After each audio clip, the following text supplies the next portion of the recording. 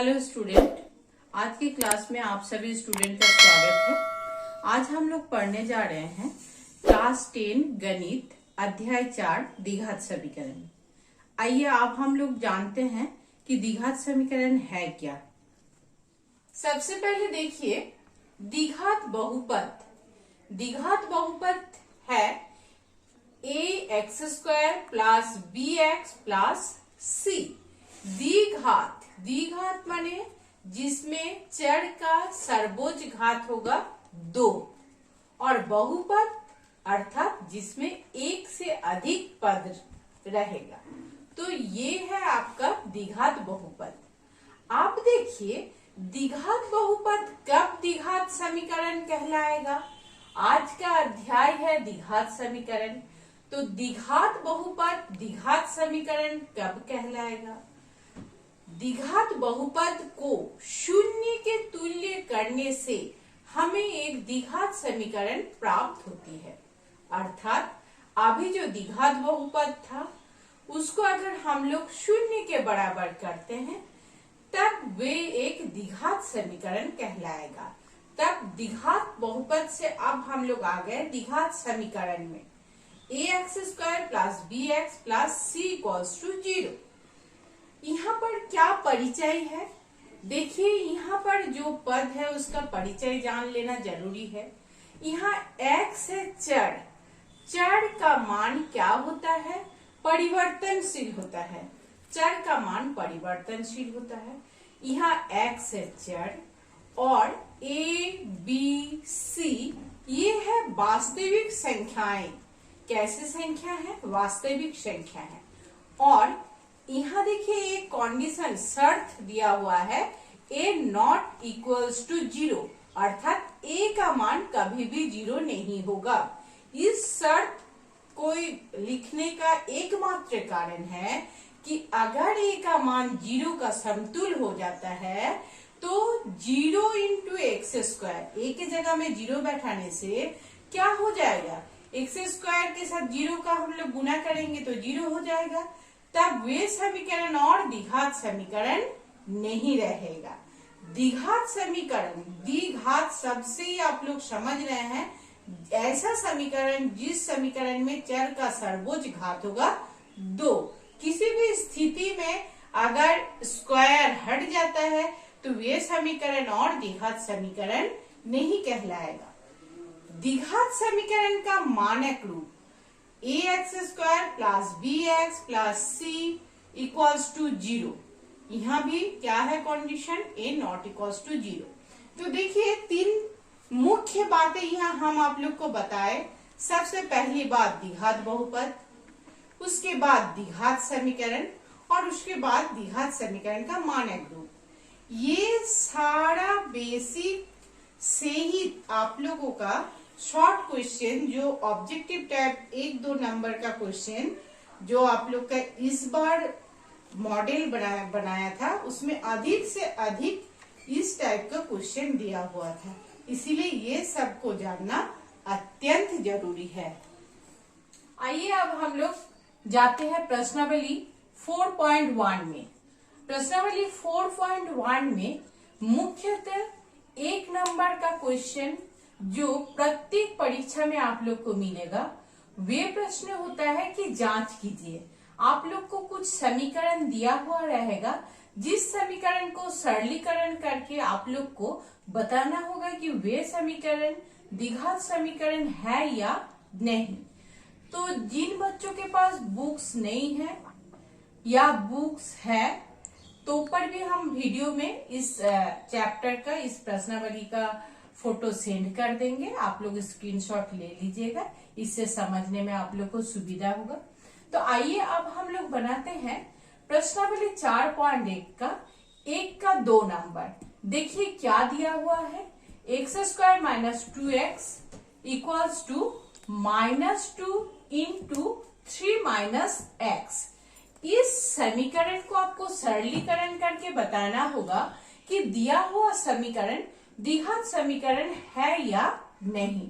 तो आइए देखते हैं कैसे करेंगे। देखिए बीच में बराबर है तो सामने और या लिखेंगे, हिंदी में लिखेंगे तो या अन्यथा अगर हम लोग अंग्रेजी में लिखते हैं तो और लिखेंगे। अब देखिए क्या हुआ, x square minus 2x equals to, देखिए यहाँ पर क्या है, -2 है। अगर छोटा लिखा हुआ दिखेगा तो आप लोग जूम कर लीजिएगा।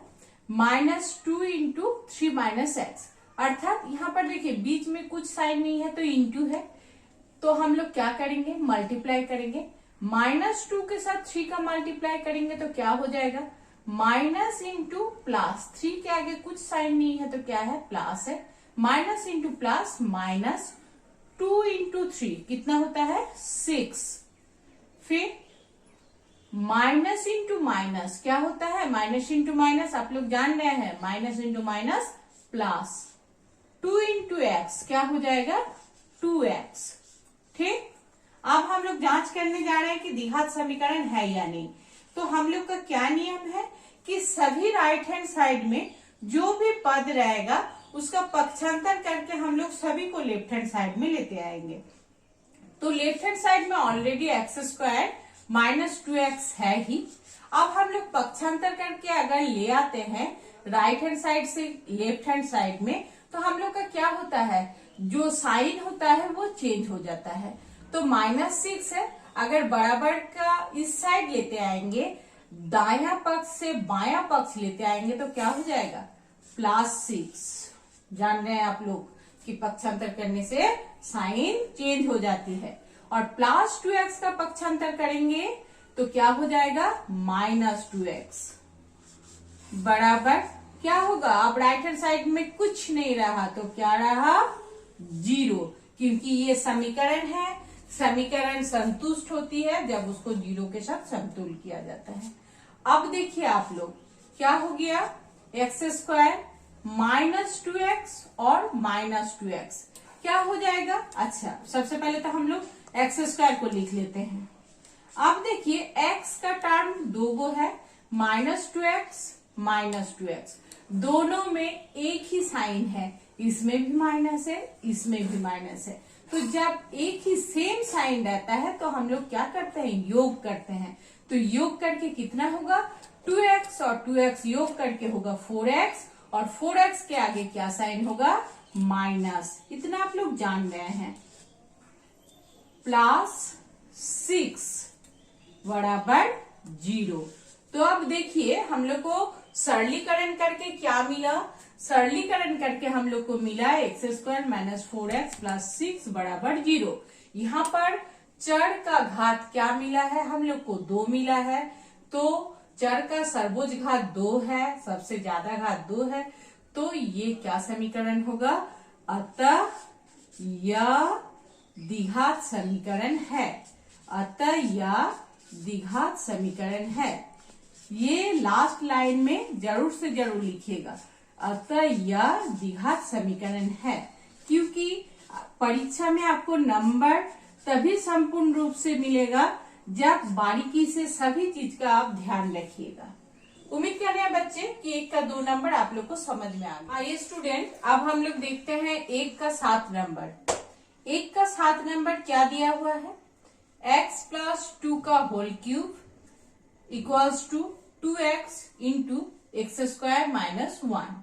आपको सरलीकरण करके देखना होगा ये समीकरण द्विघात समीकरण होता है क्या नहीं। तो सरलीकरण करने के लिए क्या करना होगा, सबसे पहले देखिए क्या लिखा हुआ है यहाँ पर, x + 2 का होल क्यूब। आप लोग जान रहे हैं a + b का होल क्यूब का क्या फॉर्मूला है, बताइए। a + b का होल क्यूब का क्या फॉर्मूला है, a + b का whole cube equals to a³ + 3a² b + 3ab² + b³। आप लोग पहले पढ़ चुके हैं, इस सब को भूलना नहीं है। देखिए इसी का प्रयोग करेंगे हम लोग x + 2 का होल क्यूब में।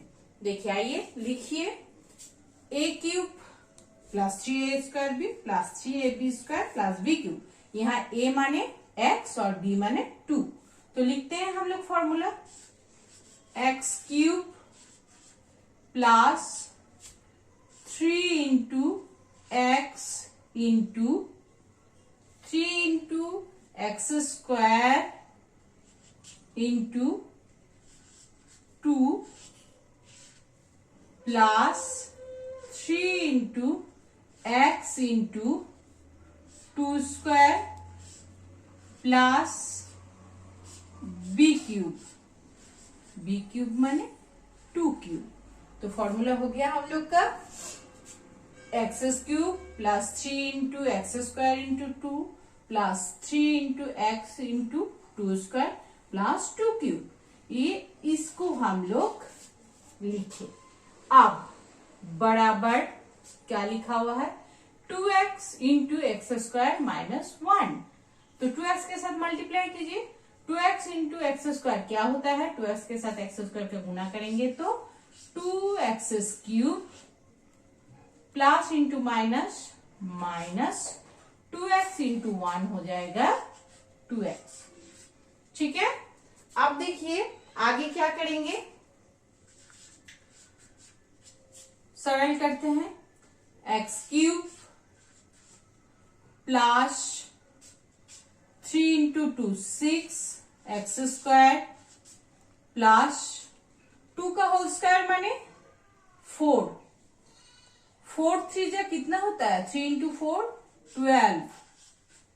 12 इंटू एक्स प्लस 2 क्यूब माने 2 इंटू 2 इंटू 2 माने 8 इक्वल्स टू क्या है देखिए जगह नहीं है इसीलिए नीचे लिख रहे हैं 2x क्यूब माइनस 2x। एक ही लाइन में होना चाहिए, यहाँ जगह का कमी होने के कारण इसको नीचे लिखे। अब देखिए हम लोग पक्षांतर करके सभी पद को लेफ्ट हैंड साइड में लेके आएंगे। लेके आते हैं x cube plus 6x square plus 12x plus 8 जैसे है उसे लिखे। अब हम लोग राइट हैंड साइड से लाएंगे लेफ्ट हैंड साइड में, बराबर के उस साइड से पक्षांतर करके लाएंगे तो साइन चेंज होगा। प्लस 2x क्यूब हो जाएगा minus 2x cube, minus 2x हो जाएगा प्लस 2x इक्वल्स टू 0। ठीक हो गया 0। अब देखिए आप लोग एक्स क्यू कौगो है एक ही गो नहीं एगो नहीं और एक एक्स क्यू दिखाई दे रहा है। देखिए यहाँ है हम लोग का प्लस एक्स क्यूब, यहाँ है हम लोग का प्लस एक्स क्यूब, यहाँ है माइनस 2x क्यूब। तो यहाँ पर कुछ नहीं है माने 1 है तो 1x cube minus 2x cube तो कितना हो जाएगा माइनस हो जाएगा तो माइनस हो जाएगा तो हो जाएगा कितना माइनस 1x क्यूब। तो 1 तो नहीं भी लिख सकते हैं तो क्या लिखेंगे माइनस एक्स क्यूब। अब देखिए एक्स स्क्वायर का टर्म कौगो है, एक्स स्क्वायर का टर्म देखिए एक ही गो है तो लिखे प्लस 6x स्क्वायर। अब देखिए आप लोग x का टर्म कौगो है, x का पद कौगो है 12x है और 2x है तो कितना हो जाएगा प्लस 12x प्लस 2x कितना हो जाएगा योग करेंगे तो प्लस 14x। ठीक है। अब देखिए क्या बचा अंत में बचा हम लोग का संख्या अचर पद 8 बराबर 0। अब इस समीकरण को हम लोग और कुछ नहीं कर सकते हैं, सरलीकरण करके हम लोग को इतना मिला। अब आप लोग देख के बताइए कि ये समीकरण इसमें ये द्विघात समीकरण है या नहीं। ये द्विघात समीकरण नहीं है क्योंकि चर का सर्वोच्च घात यहाँ पर कितना है 3। तो क्या लिखेंगे हम लोग उत्तर, अतः यह द्विघात समीकरण जरूर से जरूर लिखिएगा, अतः यह द्विघात समीकरण नहीं है। उम्मीद कर रहे हैं स्टूडेंट कि आप लोग इसे समझ गए। आज की क्लास में हम लोग जितना पढ़ाई किए इसमें से परीक्षा में आप लोग को 2-3 मार्क्स का क्वेश्चन मिल ही जाएगा, इसीलिए इसको आप लोग बढ़िया से पहले समझ लीजिएगा और उसके बाद प्रश्नावली 4.1 का 1 नंबर का 1 से 8 तक जांच कीजिए, समीकरण दिया हुआ है उसको बनाइएगा। अगर बनाने में किसी तरह का दिक्कत आती है तो कमेंट सेक्शन में मुझे बताइएगा, फिर से हम वीडियो बना के आप लोग के लिए दे देंगे इस चैप्टर से संबंधित। और नेक्स्ट क्लास में हम लोग पढ़ेंगे प्रश्नावली 4.2। Thank you.